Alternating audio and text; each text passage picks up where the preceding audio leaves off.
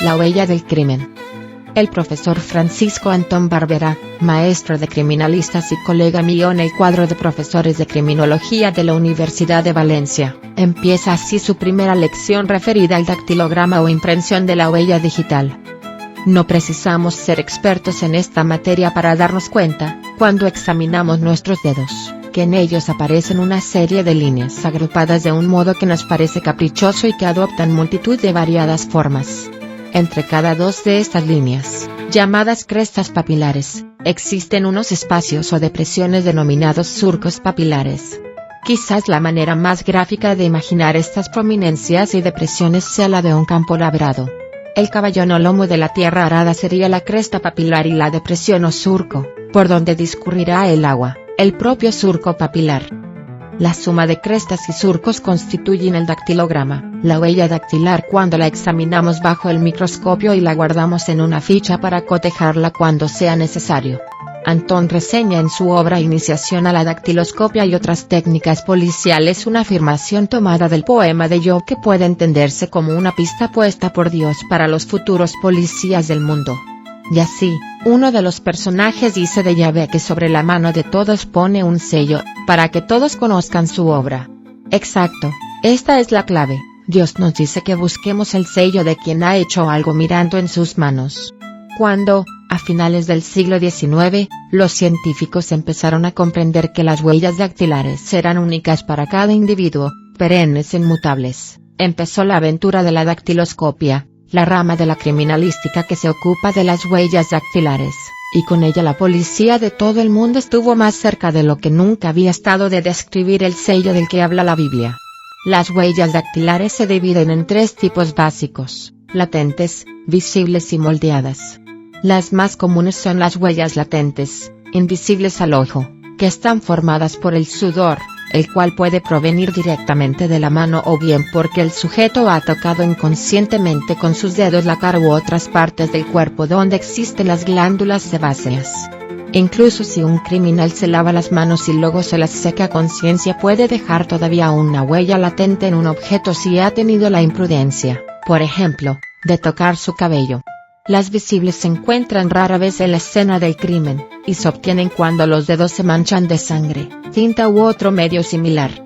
Sin embargo, como se describe en este capítulo, uno de los hitos esenciales en la aceptación de la dactiloscopia como parte de la criminalística proviene de una huella dactilar provocada por la sangre. Ver cuadro número 2. La tercera categoría de huellas, las plásticas o moldeadas, son incluso menos frecuentes. Son el resultado de impresiones en superficies blandas como el queso, el jabón o la masilla. La duración de una huella latente es variable, dependiendo de diversos factores, pero si la impresión se realiza en una superficie dura y protegida, es virtualmente permanente, como lo prueban las huellas latentes que se han encontrado en tumbas muy antiguas. El nacimiento de la dactiloscopia es apasionante, pero antes de irnos al túnel del tiempo hemos de revisar el que quizás sea el mayor éxito de esta disciplina de la ciencia forense en el ámbito del asesinato serial, la captura de Richard Ramírez, el acechador nocturno. Si tuviera que buscar un sucesor de Jack el Destripador entre la infausta galería de homicidas del siglo XX, elegiría a Ramírez. El primero encierra el miedo ancestral al exterminador de las callejuelas oscuras, el segundo lleva esa sombra maligna junto a nuestra cama, y de este modo convierte en insoportable realidad la pesadilla magistral de Augusto Monterroso, plasmada en su célebre relato de una sola línea: cuando despertó, el dinosaurio todavía estaba allí.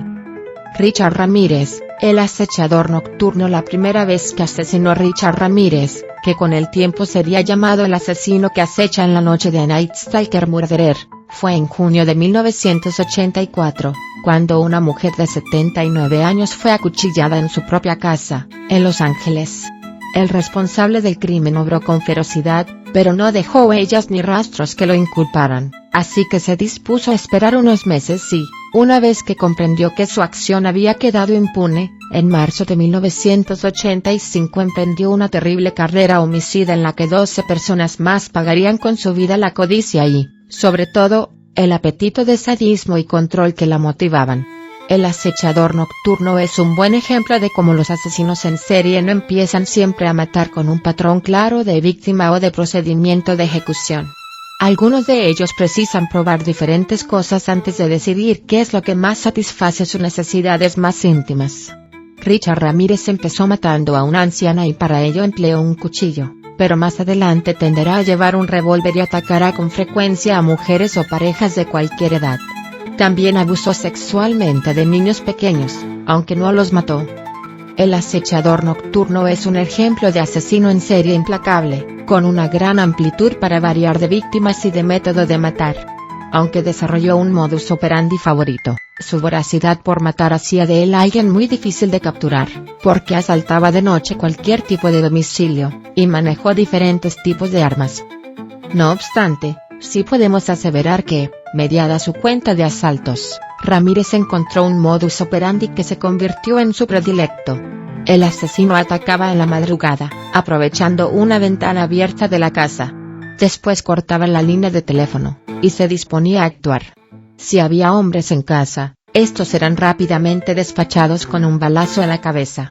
Las mujeres eran violadas, generalmente junto al cadáver de sus esposos o acompañantes. La primera vez que puso en práctica su sistema fue la mañana del 27 de marzo de 1985, en la ciudad de Whittier, California. Peter Zahara llamó a casa de sus padres varias veces, pero nadie contestó. Su padre tenía 64 años y era dueño de una pizzería. Su madre, 20 años más joven, era abogada. Cuando entró en casa, Peter vio a su padre tumbado en el sofá de su gabinete, con un tiro en la cabeza. Su madre estaba en la cama del dormitorio, boca arriba y desnuda. Las cuencas de sus ojos estaban vacías. Su cuerpo presentaba múltiples heridas de cuchillo, repartidas entre la cara, el cuello, el abdomen y la ingle. El asesino había dibujado con el arma una T en el pecho izquierdo de la mujer. La autopsia reveló que esas heridas fueron post-mortem, ya que había muerto instantáneamente de un disparo en la cabeza. Antes de dejar la escena del crimen, Ramírez había registrado la casa y robado lo que encontró de valor. Y de este modo el acechador nocturno encontró el modus operandi que llevaba al límite sus fantasías de sexo y control. 6 semanas más tarde, en Los Ángeles, penetró en casa de Harold y Jingo, un matrimonio de 66 y 63 años, respectivamente, se aproximó a la cama donde dormían y disparó a la cabeza de Harold. A continuación golpeó con sus puños a la mujer, conminándola a que dijera dónde guardaba el dinero. Ramírez ató las manos a su espalda, fue a recoger el dinero y finalmente regresó a la cama donde estaba Jean junto al cadáver de su marido y la violó. Luego se marchó. 2 semanas más tarde, el 30 de mayo, Ruth Wilson, de 41 años de edad, se despertó bruscamente al sentir una linterna en su cara. Enfrente había un arma apuntándola a la cara. Después de que Ramírez esposara a su hijo de 12 años y la encerrara en un armario, ató las manos a la espalda de Ruth, la desnudó y la violó vaginal y analmente. Ella dijo luego a la policía que su aliento era tan hediondo que casi tuvo que vomitar. Pero el asesino fue generoso por esta vez, y después de que la mujer le dijo que debe de haber tenido una vida muy infeliz para hacer una cosa así, él le respondió que había matado a mucha gente pero que esta vez la iba a dejar con vida. Antes de marcharse sacó al chico del armario y lo esposó junto a su madre. Las violaciones, asaltos y homicidios siguieron. Su frenesí de violencia era insaciable e increíblemente variado. En lo que llegó a ser el 7º asesinato de su cuenta sangrienta, Ramírez atacó con un martillo a una pareja de hermanas que superaban los 80 años. Aquí dejó por vez primera constancia de su fe en la religión de Satanás, y dibujó con lápiz el signo del diablo, el pentagrama, en la pared del dormitorio de una de las mujeres, así como en el muslo de la otra. Solo una de ellas sobrevivió. Los sobrevivientes habían descrito al asaltante como un hombre de etnia hispana, alto y delgado, de aspecto bestial, desaliñado y sucio, con una dentadura en muy mal estado y un aliento fétido. La carrera de este asesino múltiple acabó en agosto de 1985, en la ciudad de Misión Vieja, 80 kilómetros al sur de Los Ángeles. Un joven ingeniero de 29 años dormía junto a su novia cuando recibió varios disparos en la cabeza. De inmediato Ramírez cogió del pelo a la chica y la llevó a otra habitación, donde ató sus tobillos y muñecas con unos lazos. Después de buscar dinero y objetos valiosos en la casa, se acercó a ella, enojado porque no había encontrado nada que llevarse, y la violó 2 veces.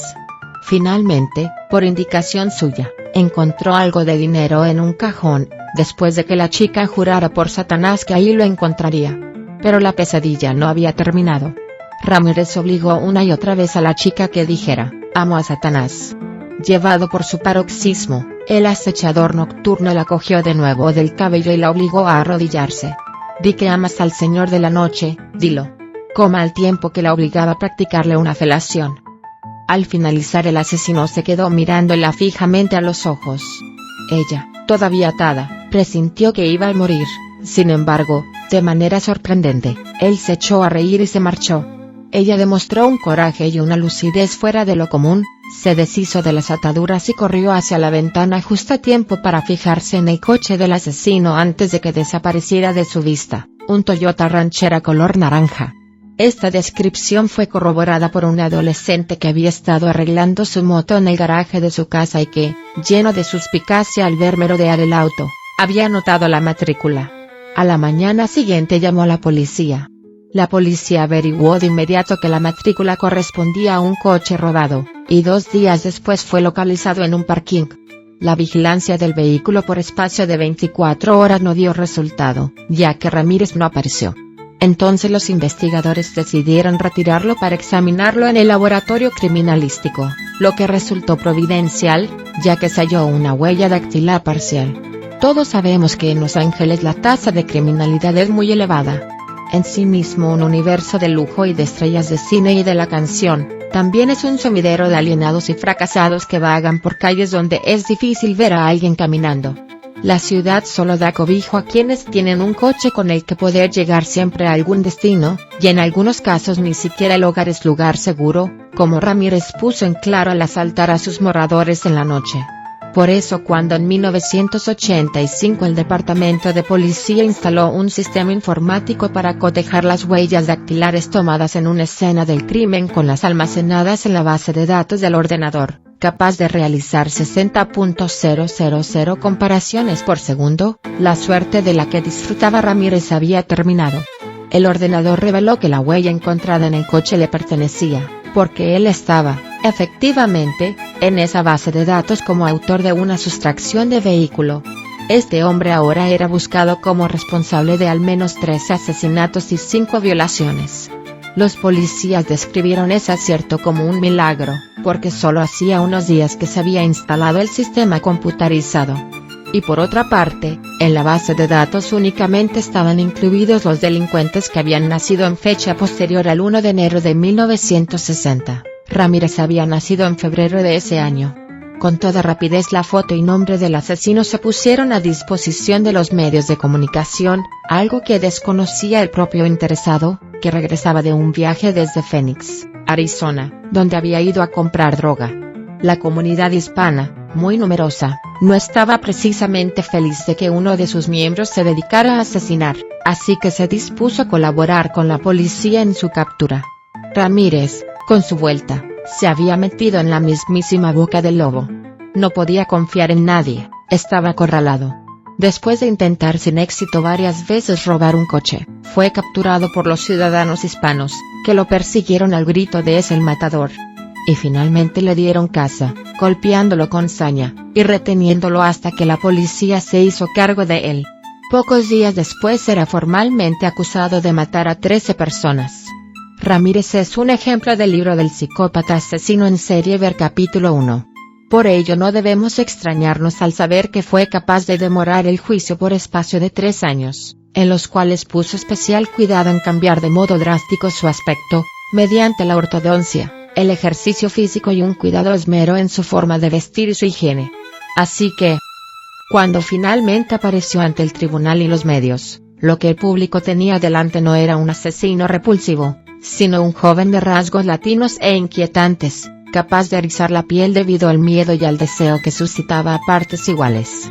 Tal y como revela el documental realizado para televisión Mujeres enamoradas de asesinos, los policías pudieron comprobar, atónitos, como algunas mujeres, en el transcurso de la vista judicial, procuraban dejar ante los ojos de Ramírez sus partes íntimas al descubierto, llenas de deseo por el monstruo.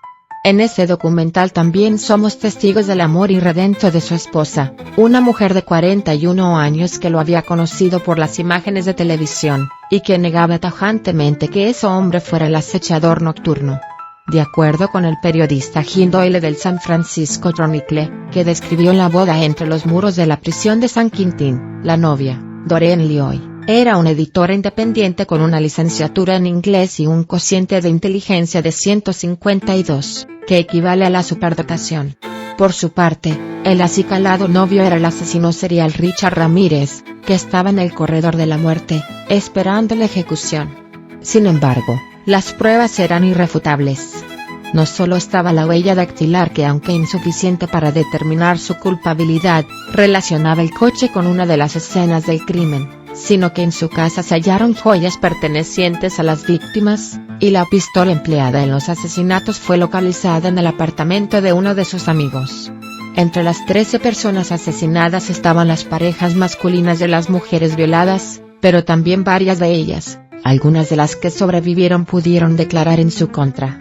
Todas las edades estaban representadas entre sus víctimas, desde una niña de 6 años hasta hombres y mujeres jóvenes, maduros y ancianos. Ramírez era la personificación del fantasma asesino que entra en un hogar, cuando estamos durmiendo, y nos hace presa de la peor pesadilla. Sí, ya que el destripador simbolizó el asesino que acecha en la sombra cuando estamos solos, desvalidos en la noche fría y fuera de nuestro hogar, Ramírez llevó su espíritu hasta el interior de los hogares, lo que le hizo ser todavía más terrible. Además, su proselitismo a favor del diablo sincero o fachada para impresionar, o quizás mitad y mitad, permitía nutrir sus declaraciones y explicaciones de un halo de esoterismo que contribuyó a hacer de él una figura más siniestra. La sentencia no podía ser otra que la pena capital. Todavía espera en el corredor de la muerte. Las huellas dactilares le delataron, pero la informática aceleró su captura. Unos años atrás esta todavía no se había desarrollado lo suficiente para ser de ayuda práctica en la captura de Ted Bundy, el asesino en serie por excelencia. Ver capítulo 8. Pero con Ramírez cumplió su misión en pocos segundos. El caso de los hermanos Stratton, en efecto, una vez que la policía tuvo la huella de Ramírez y la pudo cotejar con la existente en su base de datos, todo fue ya rodado. La policía sabe que no hay dos huellas iguales, y que si se produce una coincidencia entre dos huellas, estas ineludiblemente pertenecen al mismo individuo. Nos basta con tener la impresión de un solo dedo, e incluso puede ser suficiente con una parte de esta huella parcial, con tal de que existan suficientes puntos característicos para individualizarla. Qué gran diferencia entre este ordenador y las pesadas mediciones de Bertillon en el París de finales del siglo XIX. Todo parece tan sencillo ahora, y sin embargo llegar hasta aquí costó mucho esfuerzo e ingenio, porque la dactiloscopia no solo dependió de que los pioneros descubrieran la capacidad forense de las huellas dactilares, sino de que existiera una forma rápida y fiable de encontrar al propietario de una huella dentro de un archivo donde se podían llegar a guardar en esos tiempos pioneros miles y luego cientos de miles de impresiones pertenecientes a los individuos que eran detenidos. Es, pues, momento de rendir homenaje a esos primeros tiempos heroicos, y asistir al auténtico nacimiento de la dactiloscopia como instrumento aceptado y ampliamente reconocido para luchar contra el crimen. Es cierto que en Argentina, en 1892, ya se esclareció un asesinato con ese método, pero Londres va a ser la partera de la nueva disciplina, en fecha de 1905, como unos años antes, en 1888, alumbró al primer asesino en serie de la era moderna, Jack el Destripador. Los esposos Forrow regentaban una tienda de pinturas en el pueblo, próximo a Londres, de Deptford, junto a la orilla sur del Támesis.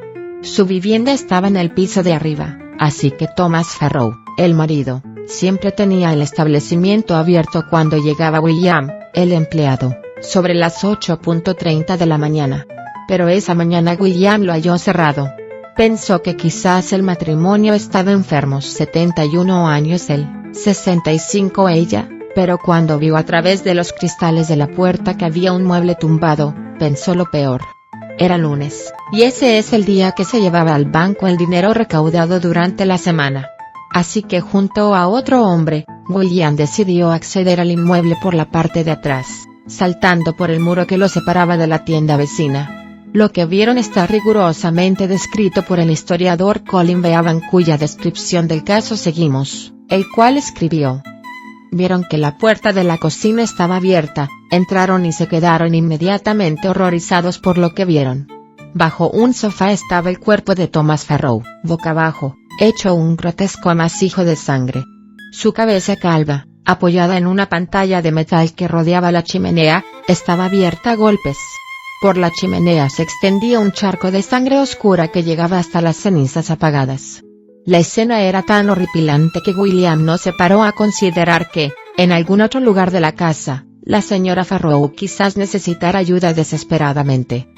El médico que acudió dictaminó que el señor Farrow había fallecido una hora u hora y media antes, probablemente a consecuencia de 6 terribles golpes administrados con una palanca u objeto similar. A las 11 de la mañana ya se encontraba en la escena del crimen el responsable del Departamento de Investigación Criminal de Scotland Yard, Melville McNagden, un hombre brillante y concienzudo que tuvo siempre en su mesa las fotos del caso de Jack el Destripador. A pesar de que había ingresado en la policía en 1889, un año después del otoño de terror en Whitechapel, McNagden nunca pudo olvidar ese infausto episodio, así como tampoco la ira y el miedo sin precedentes que la población había experimentado. Este honesto investigador sabía que los efectos sobre los agentes de la ley habían sido igualmente devastadores, al ser el blanco de críticas crueles por no haber detenido al destripador. Así pues, McNagden no tenía ninguna intención de que ese doble crimen quedara impune. Junto con sus subordinados, reconstruyó en su mente los sucesos sangrientos de esa mañana. Dado que la entrada no presentaba señales de haber sido forzada, que a Farrow le habían encontrado aún en pijama, y que había 2 charcos de sangre, los detectives dedujeron que los malhechores habían llamado a primera hora de la mañana, despertando al anciano sin levantar sospechas. Le habían dicho desde fuera que les hacía falta material de pintura. Una vez dentro, mientras Farrow se ocupaba de buscar lo que supuestamente querían, le habían machacado la cabeza desde atrás, lo cual explicaba el charco de sangre de detrás del mostrador. Los ladrones registraron la tienda y el saloncito del fondo en busca de la caja de caudales, pero, al no encontrar nada, se encaminaron a las escaleras. Farrow, que se había vuelto a poner en pie, embistió a los intrusos, en una lucha desesperada por impedir que subieran al segundo piso, donde su mujer dormía indefensa. Los nuevos golpes que estos le dieron en la cabeza, rompiéndole el cráneo, le tumbaron, sangrando, al pie de las escaleras, donde se había encontrado un segundo charco de sangre. En el piso de arriba callaron los gritos de la señora Farrow con unos cuantos puñetazos brutales. Registraron el dormitorio, encontraron la caja fuerte y la vaciaron. Al bajar, los ladrones vieron estupefactos que el señor Farrow se había levantado una segunda vez, así que tuvieron que golpearlo de nuevo y lanzarlo al suelo, volcando muebles.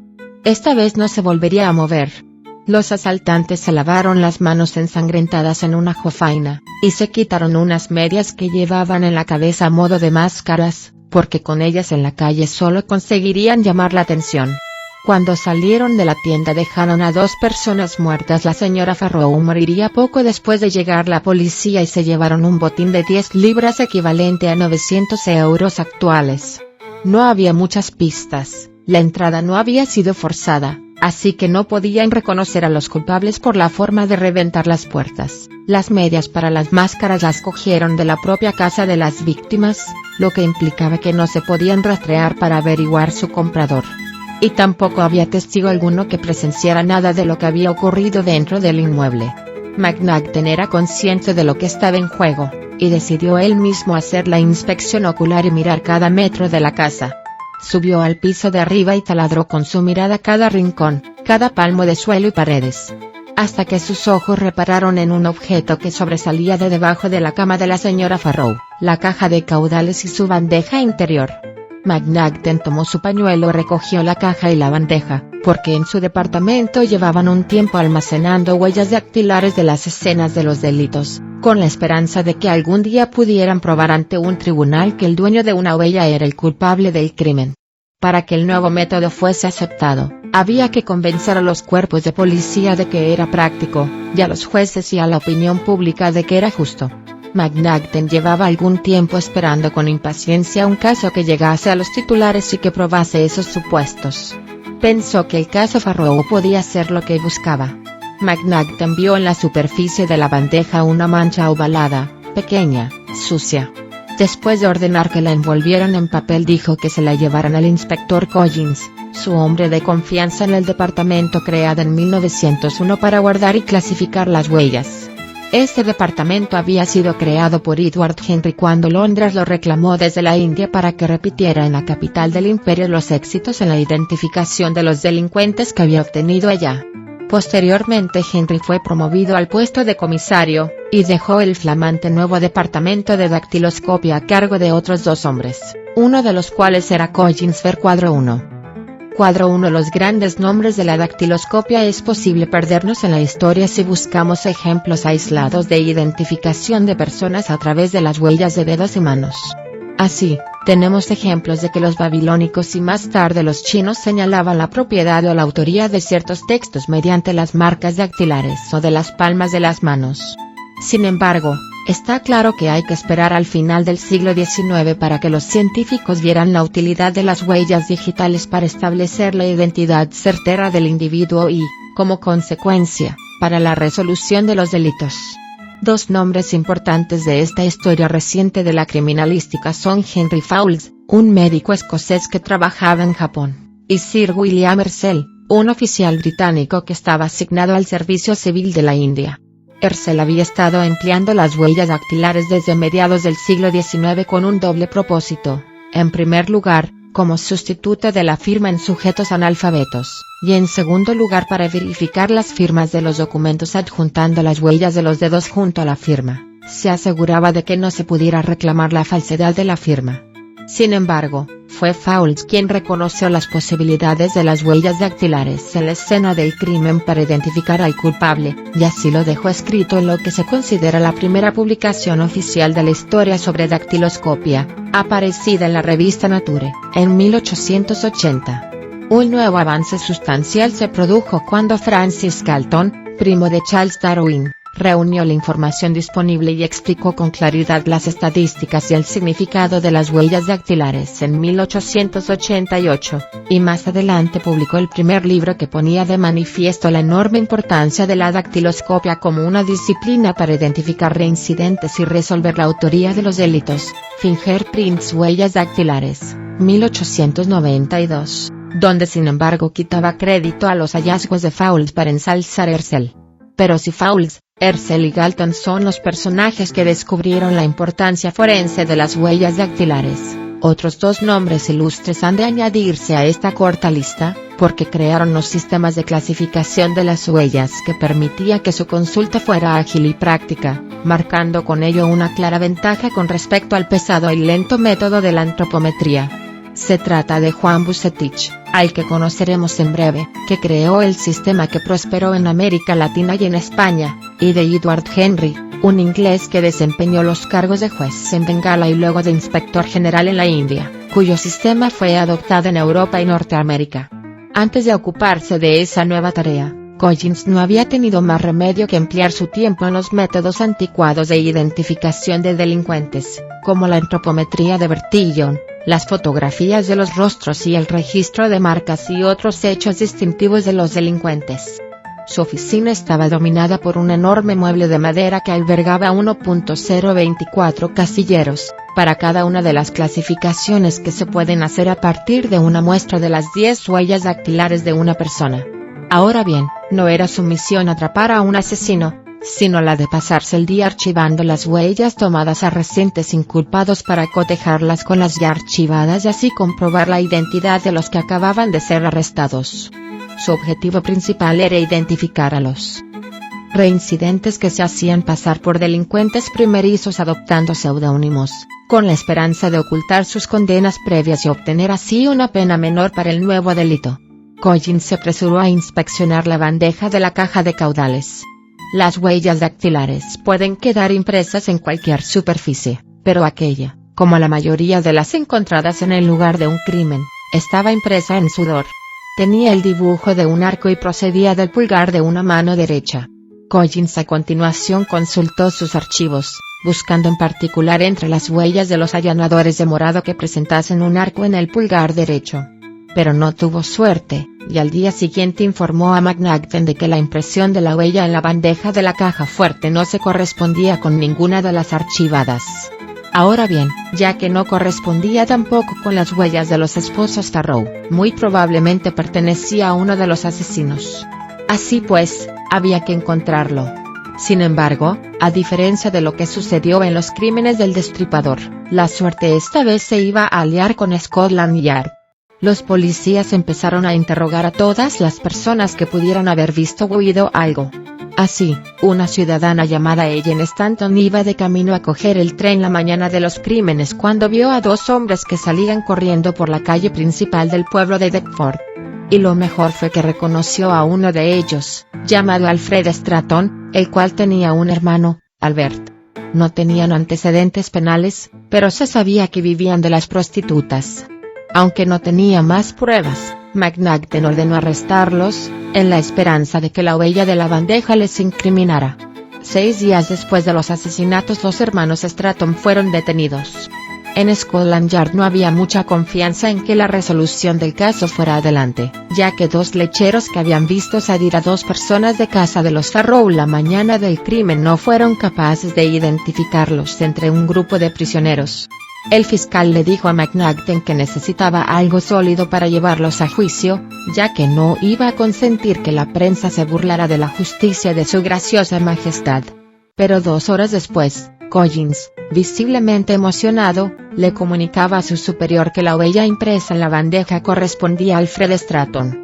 Sin embargo, había un gran obstáculo que salvar. A ningún jurado inglés le habían pedido nunca que mandara a un acusado a la horca con la única evidencia de una mancha de sudor en forma de huella. Los impulsores de la dactiloscopia discrepaban acerca de si cada huella era única y particular en cada sujeto. Muchos creían que era necesario cotejar las 10 huellas de las manos para tener la seguridad de que un criminal era identificado de forma fiable. Por ejemplo, uno de los grandes impulsores de esta disciplina, Henry Fowles, había cotejado varios miles de muestras para demostrar que 10 huellas no podían repetirse en 2 personas distintas.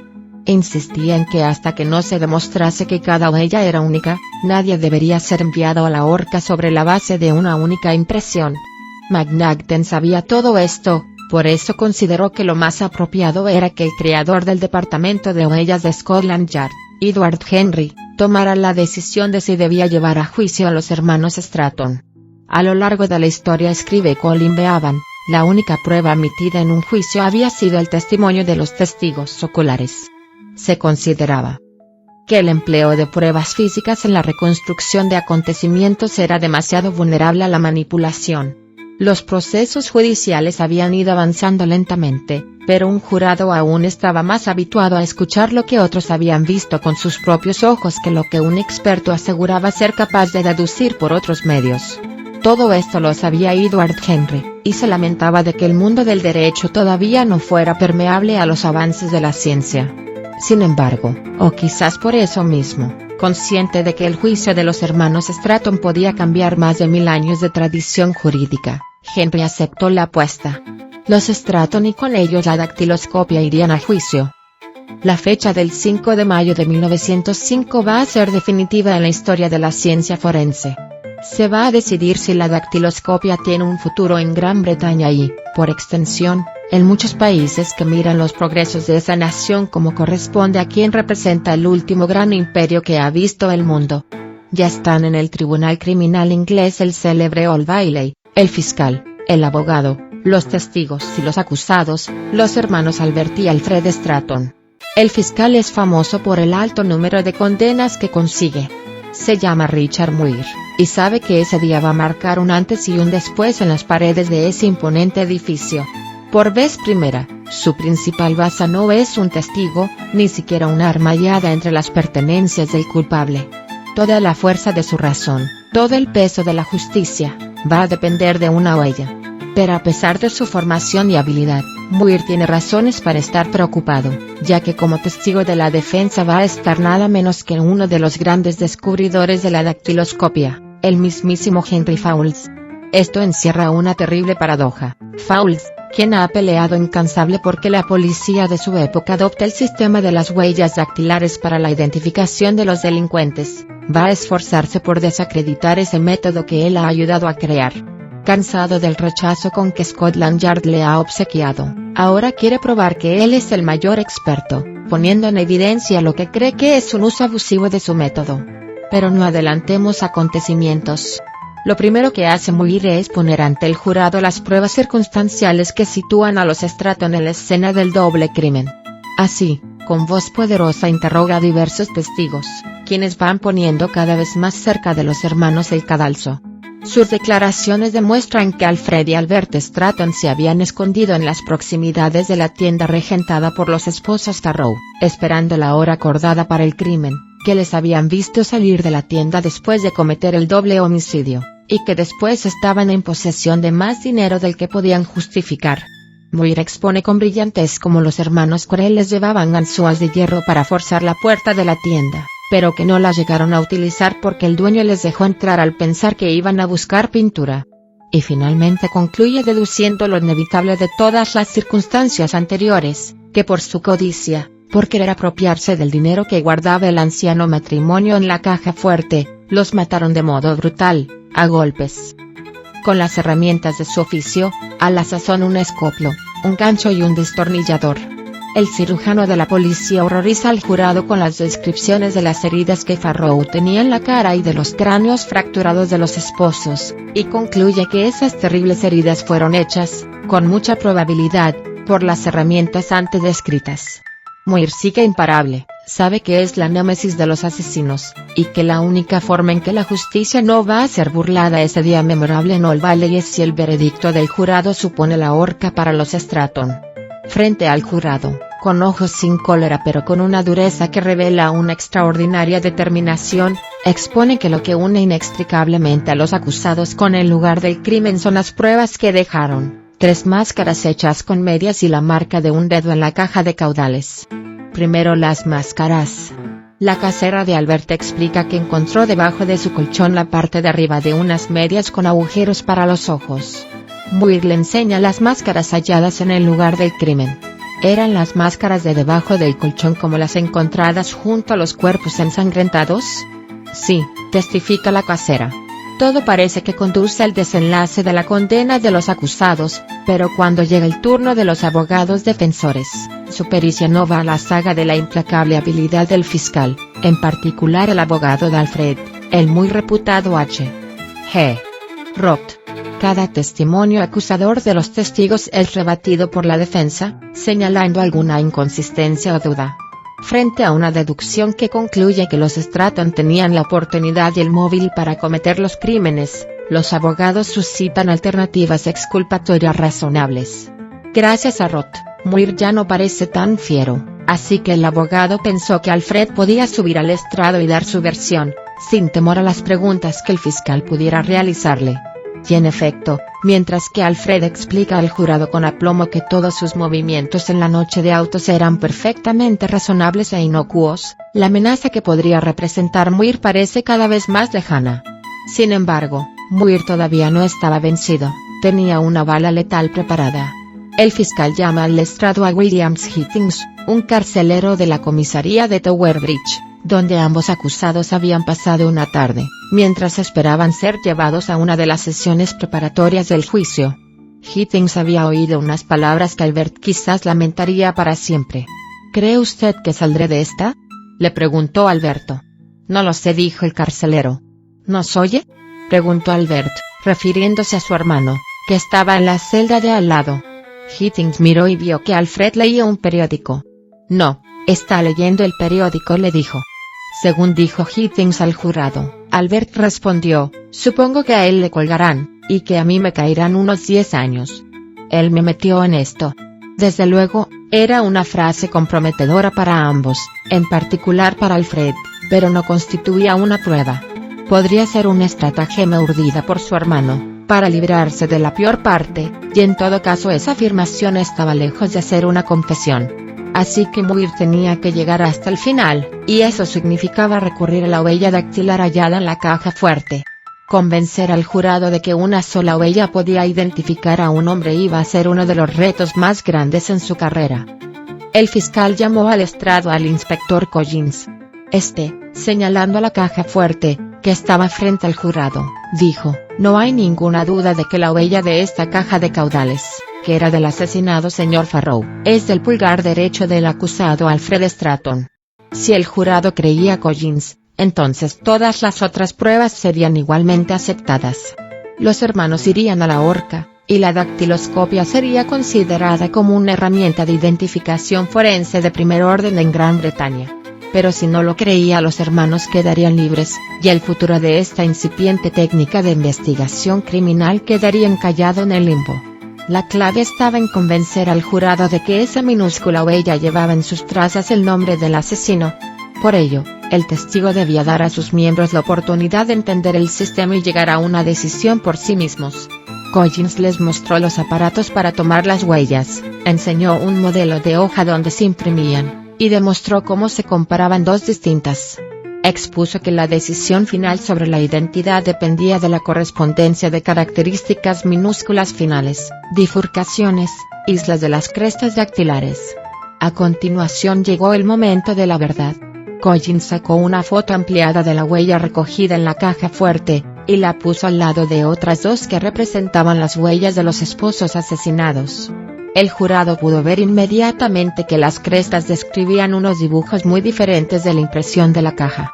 Collins confirmó el hecho de que ninguna de las dos se correspondía con la huella incriminatoria. Entonces el inspector puso una nueva impresión ante los ojos del jurado, correspondiente al pulgar derecho de Alfred Stratton. He marcado con líneas rojas y números las 11 características en que coinciden las dos huellas, dijo Collins.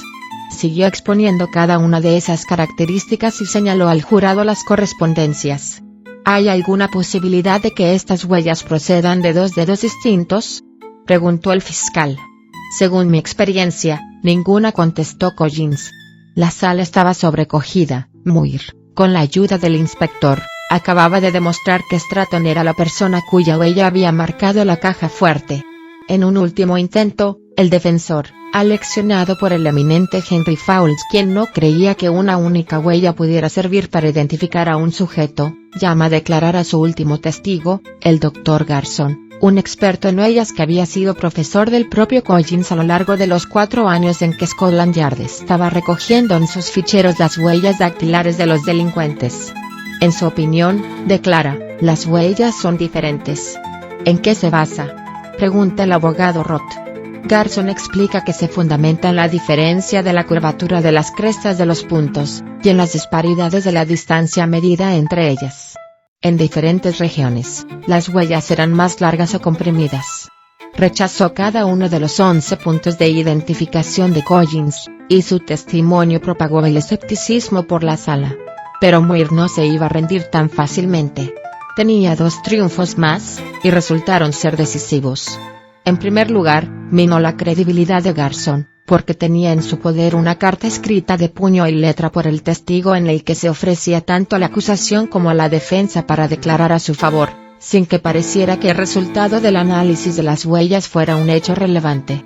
El segundo triunfo fue la nueva declaración de Collins para refutar las discrepancias que había mencionado Garson entre la huella de Stratton y la encontrada en la caja fuerte. Su experiencia le había demostrado que tales diferencias se debían a la distinta presión con la que las yemas de los dedos se posan en los objetos. Para demostrar su tesis, tomó 2 impresiones del dedo de un miembro del jurado, una con poca presión, otra con mucha, y mostró los resultados. Los dibujos de las crestas eran un poco diferentes, pero los detalles en los que Collins había basado las identificaciones seguían siendo los mismos. Tras apenas 2 horas de deliberación, el jurado declaró a los Stratton culpables de doble asesinato. Esos hermanos habían contribuido con su crueldad a un éxito formidable de la ciencia aplicada al castigo del crimen, al igual que unos pocos años antes había hecho en Argentina Francisca Rojas, como veremos a continuación. El 23 de mayo de 1905, acudieron a su cita con el cadalso, y la dactiloscopia entraba triunfante en el arsenal de los científicos forenses, cambiando la historia legal de Gran Bretaña y del mundo. Juan Bucetich y el caso de la madre enamorada. El mismo año que Galton publica su obra clásica Huellas dactilares 1892, en un pueblo humilde de la costa de Argentina, Necochea, cerca de La Plata y a 400 kilómetros de Buenos Aires, iba a acontecer otro eslabón fundamental en la cadena de hechos que alumbraron la dactiloscopia como la más formidable arma de la ciencia forense en su lucha contra el crimen. La noche del 29 de junio, Francisca Rojas, una madre soltera, salió corriendo de su mísera casa gritando, enloquecida, que alguien había matado a sus 2 hijos, un niño de 6 años y una niña de 4. Un vecino mandó a su hijo a buscar a la policía al tiempo que encontraba a los niños muertos con los cráneos aplastados, encharcados en su sangre, como si todavía estuvieran prolongando el sueño en su cama. Francisca acusó de inmediato a un pretendiente despechado, un trabajador de un rancho llamado Velázquez, quien lleno de ira le había dicho que si ella no lo aceptaba, sería capaz incluso de matar a sus hijos. Francisca jura que vio a Velázquez salir de su casa corriendo cuando ella regresaba del trabajo. El jefe de policía sometió al sospechoso a un duro interrogatorio y a muchos golpes, e incluso le hizo pasar la noche junto a los cuerpos mutilados de los niños, calentados únicamente a la luz de unas velas, para que al menos la culpa de su miserable acción le corroyera las entrañas y le hiciera confesar. Pero todo fue en vano. Mientras tanto, el investigador tuvo noticias de que había otro amante, esta vez más joven, a quien Francisca sí amaba desesperadamente. El problema era que este hombre no quería saber nada de ella por culpa de los niños, a quienes aborrecía. ¿Qué hacer? De pronto entendió que esa madre destrozada podía haber matado a sus propios hijos. En su apresuramiento para detener a Velázquez, el policía había dado mucho tiempo a Francisca para que ocultara el arma del crimen y borrara los rastros que pudieran incriminarla. Una semana después acudió a Necochea el inspector de policía Eduardo Álvarez, procedente de La Plata. Álvarez comprobó indignado lo mal que había llevado la investigación la policía local, descartó tanto a Velázquez como al otro amante. El primero, que era débil mental, había estado en compañía de otras personas en la hora estimada de los homicidios, solo que no lo había dicho la policía. Y el segundo estaba fuera del pueblo en la tarde del suceso. Álvarez fue a casa de Francisca y, sin grandes esperanzas, la registró con todo cuidado, pero no encontró nada hasta que, en un momento determinado del día, el sol iluminó la puerta entreabierta y Álvarez vio una mancha en la madera. Era una mancha de sangre que había dejado un dedo pulgar. Al acercarse, reconoció de inmediato los detalles de crestas dactilares que había visto en la Oficina de Identificación y Estadísticas de La Plata. El jefe del departamento, Juan Bucetich, un emigrante nacido en la antigua Dalmacia del Imperio Austrohúngaro, llevaba haciendo uso de las huellas desde julio del año anterior, 1891. Si bien empezó tomando las medidas que Bertillon había establecido para su sistema de antropometría, pronto se entusiasmó con la dactiloscopia, al leer un artículo recién publicado por Galton donde hablaba de su extraordinaria utilidad para la identificación de los criminales reincidentes. Bucetich estaba harto de las imperfecciones de la antropometría. En su obra de 1904 Dactiloscopia comparada, escribió, ahí está el punto vulnerable de la antropometría, el lugar de sus errores fundamentales. La medición hecha por distintos operadores arroja siempre resultados diferentes y contradictorios, no solo en la talla, el busto y la oreja, sino en todas las medidas, lo que hace problemática la identificación. Ahora por fin disponía de un sistema preciso, donde la medición era rápida, certera y sin errores, una vez que el personal encargado de realizar el examen hubiera recibido el entrenamiento adecuado, por lo demás simple. En su primer día operativo, gracias al sistema de clasificación de las huellas para los 10 dedos que había inventado, fue capaz de identificar nada menos que a 23 reincidentes. Pero un año después, cuando Álvarez contempla esa huella, la dactiloscopia todavía no había convencido a los responsables de la policía argentina. Por eso cuando este escrupuloso policía corta el trozo de madera donde está la huella, a continuación hace que Francisca imprima sus huellas en un tampón, y finalmente con una lupa comprueba que la huella de la puerta es igual que su pulgar derecho, está escribiendo una página de la historia de la criminalística. Porque Francisca confiesa llorando que mató a sus hijos con una piedra porque no podía vivir sin el amor de su amante, y la noticia de ese terrible crimen llega a Vucetich, quien escribe a un amigo: casi no me lo puedo creer, pero, el caso de Francisca Rojas, ha probado mi teoría. Ahora tengo un as en mi juego, y espero pronto tener más.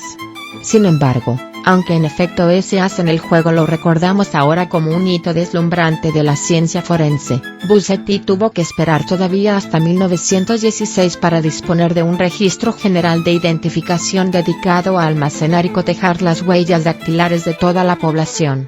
Otras dificultades surgieron hasta su muerte en 1932, pero su legado quedó para siempre cuando con el tiempo toda América Latina abrazó la dactiloscopia y el sistema de clasificación que él creó.